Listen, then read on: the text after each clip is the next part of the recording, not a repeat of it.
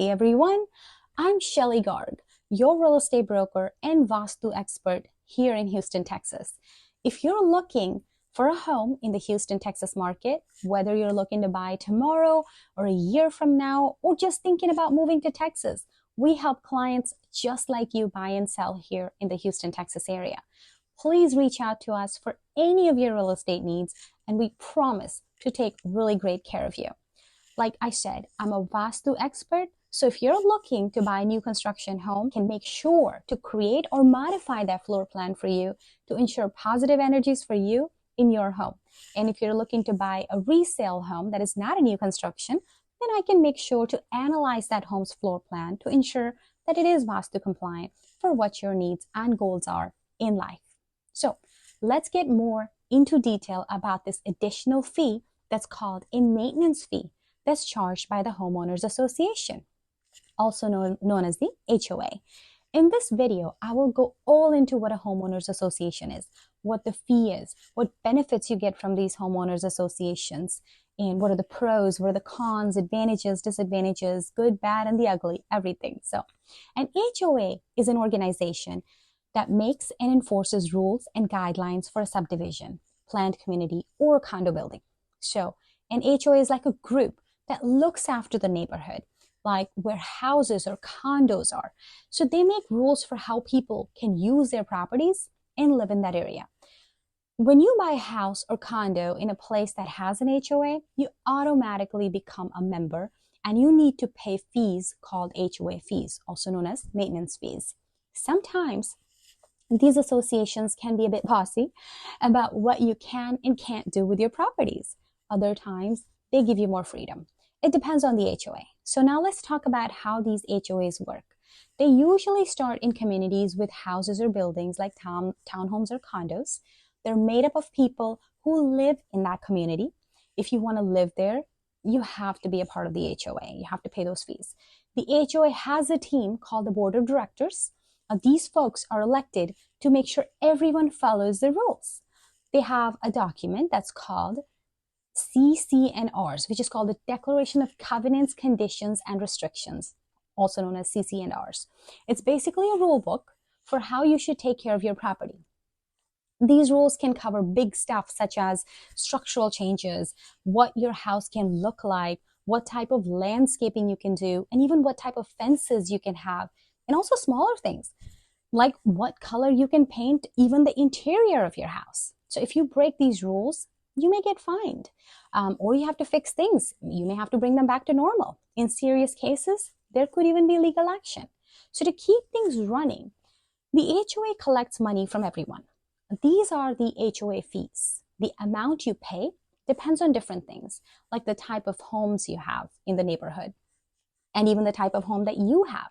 How many homes are there? Where it's located within the community, amenities that are offered, etc.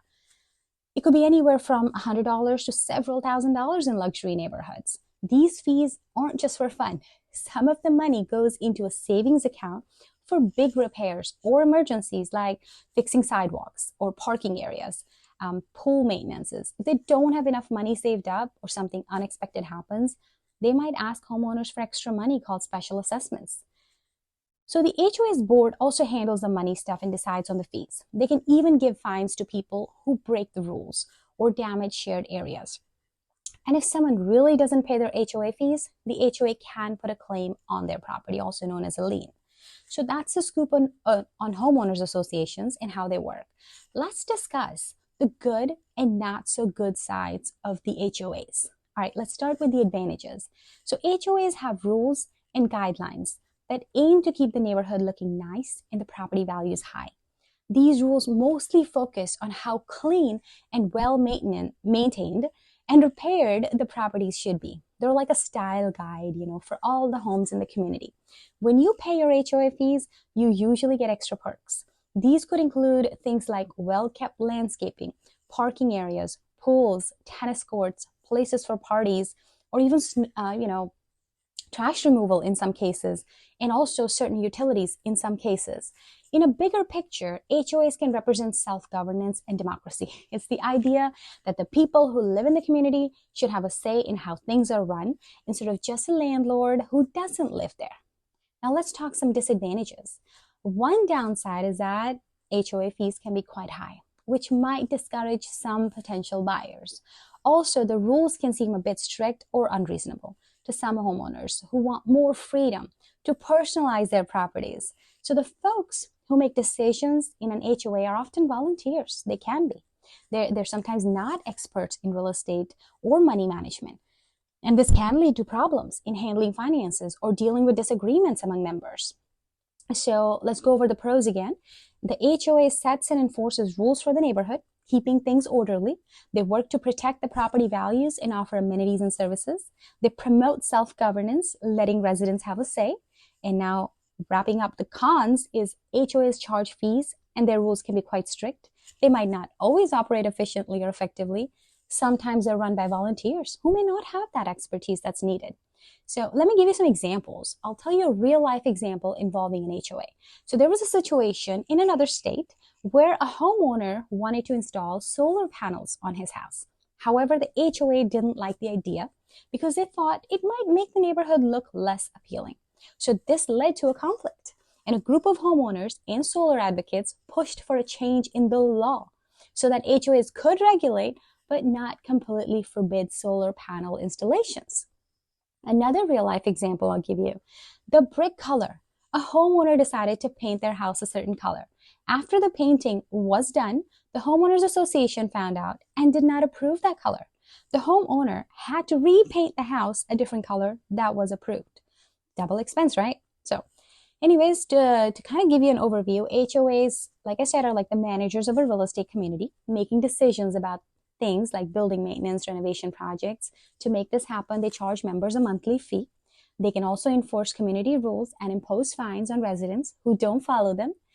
They do have some legal powers. They can put a lien on your property if you're not paying your monthly dues, your yearly dues. Sometimes they're collected yearly on January 1st. They can enforce community policies, they decide on budgets, and they charge fees. So if someone doesn't pay up or follow the rules, they can apply penalties like fines, limits on privileges, even legal action. So as HOAs in a nutshell, everything that they do, they don't do, their fees, etc. If you are looking for a property in the Houston, Texas area, but you don't know whether that property is in an HOA or is governed by an HOA, please reach out to us because you want to make sure that fee, that you know what that fee is. You know, there's so many properties here in Houston, Texas area that are in the $250,000, $300,000 price range, and their HOA fees are exorbitant. They're about $400 to $500 a month. Some have $600 a month. Now, can you imagine purchasing a property at the $300,000 price point, thinking your mortgage payment is going to be about $2,500 to $3,000 a month, and all of a sudden it's $3,500 or it's $4,000? That could be a bit of a shock. So definitely reach out to us ahead of time if you're looking to start your real estate move, your housing move today or a year from now. Reach out to us so we can set you up for properties that best match what your budgets are, and you understand what those HOAs are, what their restrictions are, what you can and cannot do.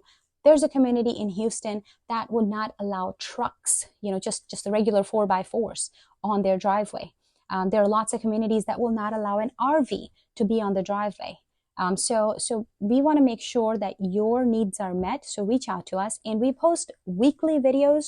So don't forget to subscribe because you will miss out on some of this educational content about your move to Houston, Texas if you don't subscribe. So please subscribe, please like the video, and please hit the bell icon so you're the first ones to know of any updates that come up. All right, guys, thank you for watching my video. Have a wonderful day.